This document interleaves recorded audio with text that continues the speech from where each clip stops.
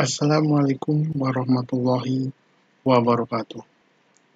Seperti yang telah saya sampaikan di perkuliahan bahwa untuk desain thinking ini saya akan memberikan tugas yang mana tujuannya untuk Anda supaya mulai belajar menjadi seorang UX UI design seperti yang terjadi dalam industri yang sebenarnya. Oke. Jadi begini, ini tugasnya kelompok. Satu kelompok 3 orang. Ya, cukuplah 3 orang. Ya. Terlalu banyak juga akan membuat keruwetan sendiri, apalagi dalam koordinasi seperti ini, dalam koordinasi masa pandemi seperti ini. Pertama, Anda membuat kelompok 3 orang, ya, silakan pilih bebas saja. Kemudian, setelah itu Anda coba masukkan atau konsep design thinking ke dalam tugas ini, yaitu di mana tugas ini adalah Anda mengusulkan, menelurkan ide. Jadi ingat ya, ini bukan bikin aplikasi, bukan coding. Tetapi Anda membuat ide untuk solusi, ya lewat mungkin aplikasi, atau embedded system dan lain segala macam, IoT silahkan. Tapi karena Anda di orang IT, ya, jadi mungkin Anda lebih banyak mengarah kepada aplikasi ya, perangkat lunak. Tapi harus diikuti langkah-langkah design thinking ini, ya. Apa langkah-langkahnya? Ya, pertama adalah empathize. Jadi gini maksudnya, Anda bisa melihat ide-ide dari sekeliling Anda, apakah ada sesuatu yang kurang dalam di lingkungan Anda, di Indonesia, di Jawa Barat, Bekasi, di mana gitu ya.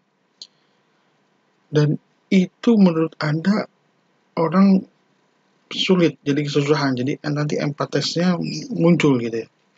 Bagaimana ide Anda itu menyelesaikannya? Nah, saya ngasih clue aja karena Anda orang IT, jadi coba nanti penyelesaiannya juga dengan aplikasi gitu ya.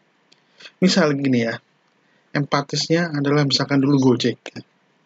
Gojek itu ya awalnya karena mungkin satu macet, Jakarta pakai angkutan umum, taksi mahal, kemudian ada ojek juga cepat tapi tawar-tawaran, mesti ke pangkalan dulu, orang susah sulit. Nah, dari situ timbul empathize. Coba deh kalau bisa ada ojek yang bisa dipanggil, harganya udah terstandar gitu ya. Nah itu kan mulai empathize. Terus dia juga bisa merasakan juga, mungkin dulunya orang yang idenya dari orang yang anak kos yang susah, nggak bawa motor, ya nggak ada ojek, mana becek gitu kan.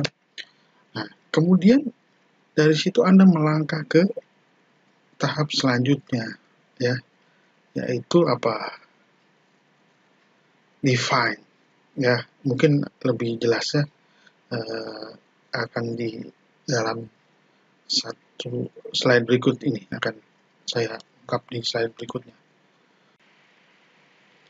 Nah, oke. Ketika define itu kita harus benar-benar menentukan the problemnya. Jadi jangan sampai gini loh. Itu sih sebenarnya problem Anda doang, bukan problemnya masyarakat umum atau problemnya user potensial yang akan kita garap. Itu sih urusan kamu sebenarnya atau masalah lo gitu kan. Bukan masalahnya. Nah, supaya ini adalah define itu yang benar. Define the problem itu benar-benar yang akan mengarah ke konsumen kita. Ya, jadi produk aplikasinya itu apa? Apa itu menjadi masalah? Nah, itu maksudnya define. Boleh Anda ini sharing, makanya saya ada kelompok, yaitu 3 orang, silakan. Ya, Anda juga dokumentasikan sharingnya nanti ya, karena kan ada videonya nih nanti, mungkin ya 10-15 menit.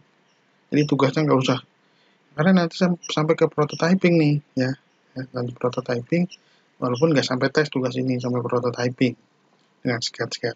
Jadi define, kemudian idenya apa? Tentu idenya tadi saya bilang ya, kalau bisa Anda arahkan ke yang bentuknya aplikasi gitu. Misalkan kan Gojek nih, Gojek kan karena ada problem tadi mahal, kalau di pangkalan tawar-tawaran dulu, itu problemnya. Idenya apa? Ya idenya adalah satu angkutan atau ojek yang kayak ojek pangkalan, tetapi harganya sudah tetap, nggak tawar-tawaran lagi.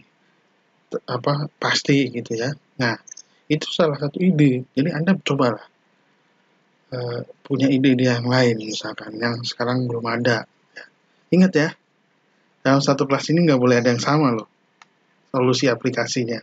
Maksudnya 3 orang ya, mungkin ada sekitar kalau ada 30 ada 10. Mungkin Anda cuma 27 ya. 7 mungkin ada 9 atau 8 malah mungkin 8 kelompok.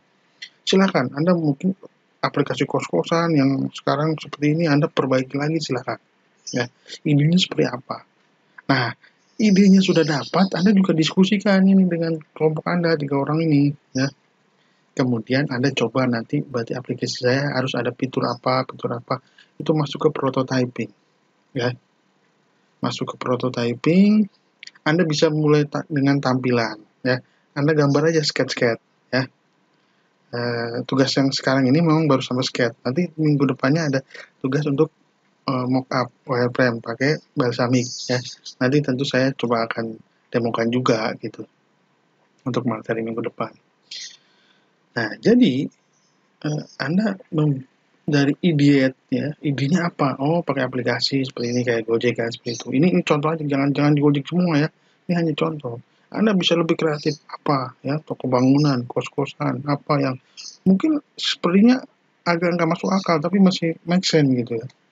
Out of the box lah. Nah, dari situ ide ya masuk ke prototyping tadi saya bilang. Di prototyping Anda udah mulai sketch-sketch. Tampilannya kayak gini, ada fiturnya apa aja, kira-kira kayak gitu. Nah, tugas kali ini cukup sampai situ, nggak ada sampai tes. Jadi sekarang sampai prototyping hanya coret sketch-sketch aja. Nah, tapi tolong ya nanti bentuk laporan tugasnya dalam bentuk video ya, nggak usah banyak-banyak 15 menit. Jadi mulai misalnya pertama mempresentasikan empathize-nya ya. Karena 3 orang diusahakan sih ganti-gantian yang presentasi. Mungkin 5 menit punya siapa, 5 menit punya siapa, 5 menit punya siapa. 15 menit aja lah, atau 10 menit kalau bisa. Simpel-simpelnya aja. Kemudian empathize-nya saya ini gitu ya. Kemudian define-nya apa? Kayak tadi, problemnya ternyata ini. Dan itu udah didiskusikan dengan teman Anda itu kelompok.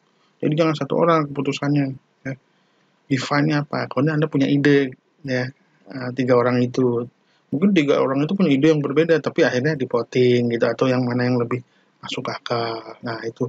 Kemudian setelah itu Anda sepakati, bikin prototype, sketch-sketch. Untuk saya tampilan depannya ini, yang si B ini, si C ini kan ada 3 orang. Nah, kali ini kayak gitu aja tugasnya ya. Jadi dalam bentuk video aja nantinya dibuat laporannya ya. Nah, kalau ini udah selesai, minggu depan masuk ya. Nanti minggu depan kita materi terakhir bagaimana menggunakan aplikasi semacam Balsamiq, Canva gitu ya untuk bikin mockup yang high fidelity, low fidelity itu ya. Ya sekarang mungkin baru low fidelity, baru sketch-sketch itu aja. Jadi ini harap dikerjakan karena nanti akan berlanjut ke minggu depan. Ini kuliah-kuliah terakhir memang saya tujukan kepada ini ya. Oke, selamat mengerjakan tugas. Assalamualaikum warahmatullahi wabarakatuh.